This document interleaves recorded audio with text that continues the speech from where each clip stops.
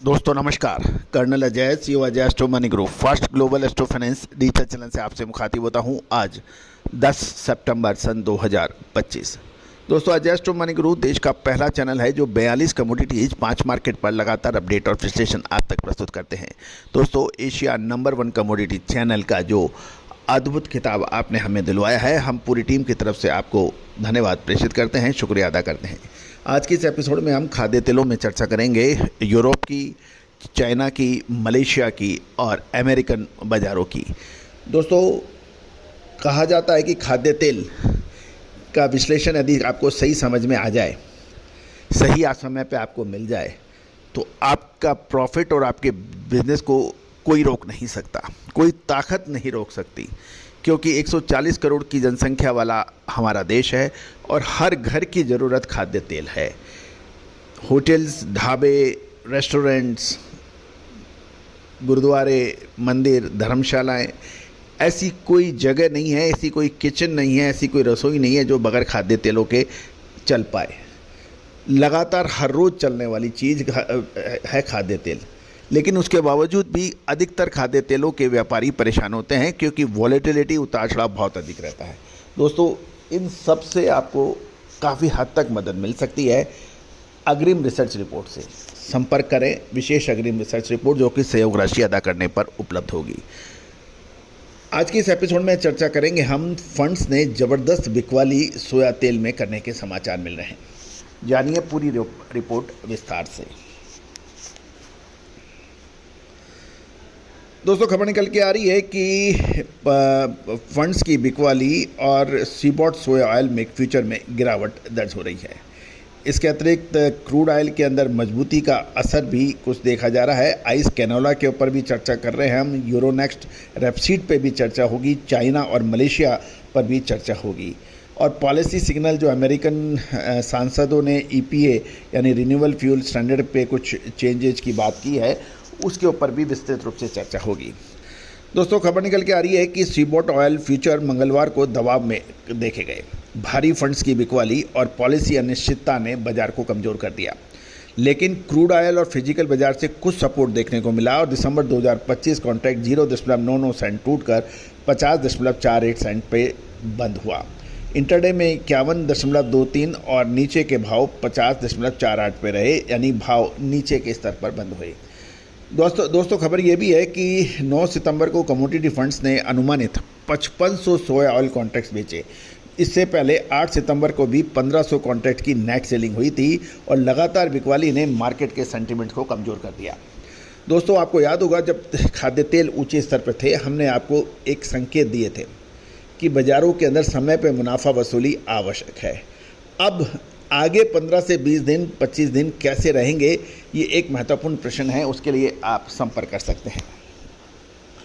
गौरतलब है कि क्रूड ऑयल 9X पे WTI क्रूड 37 सेंट बढ़कर 62.63 सेंट प्रति बैरल पर बंद हुआ।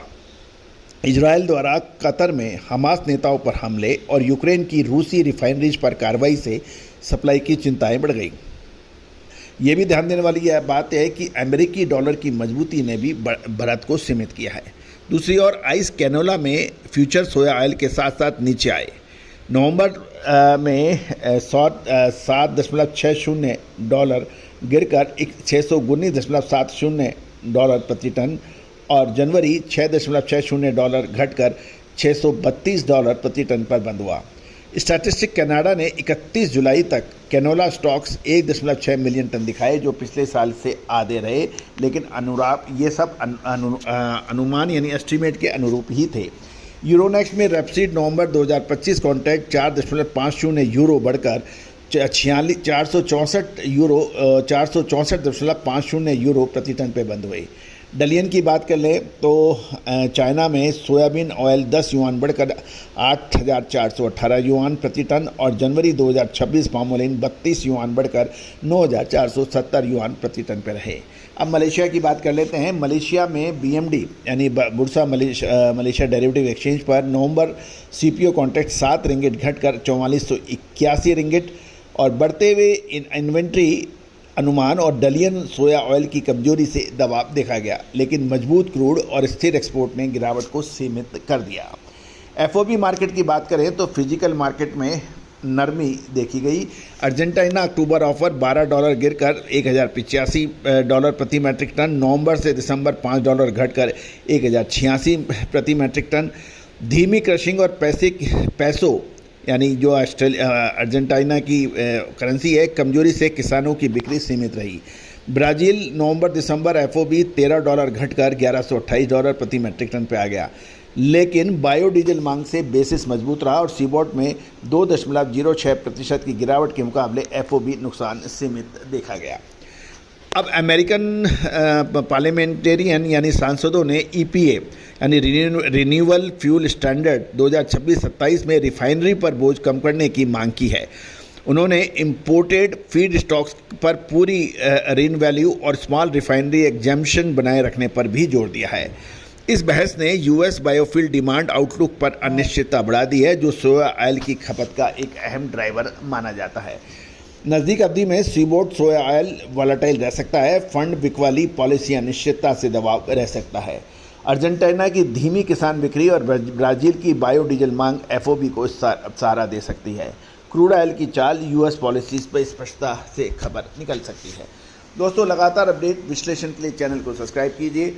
विशेष अग्रिम रिसर्च रिपोर्ट के लिए संपर्क कीजिए, नंबर स्क्रीन पे है। सोनाक्षी की रसोई में आज की स्पेशल गेस्ट है मौसमी चैटर्जी जी। ये जी नहीं, मौसमी आंटी। ओके आंटी मौसमी, तो आज आप क्या बनाएंगी? मैं क्यों बनाऊं? मैं तो गेस्ट हूँ, आप बनाओ, हम खाएंगे। एक्टिंग में तो हिट हो, अब खाना बनाओ सुपर हिट। ठाट से बनाऊंगी खाना, है ना द बेस्ट एवरीडे मसाला। आओ बनाते हैं मसालेदार छोले। छोले हर रोज के करी में एवरीडे मसाले, शाही बिरयानी में स्वाद का जायका। पटल पोस्तो और शोषे इलिश भापा।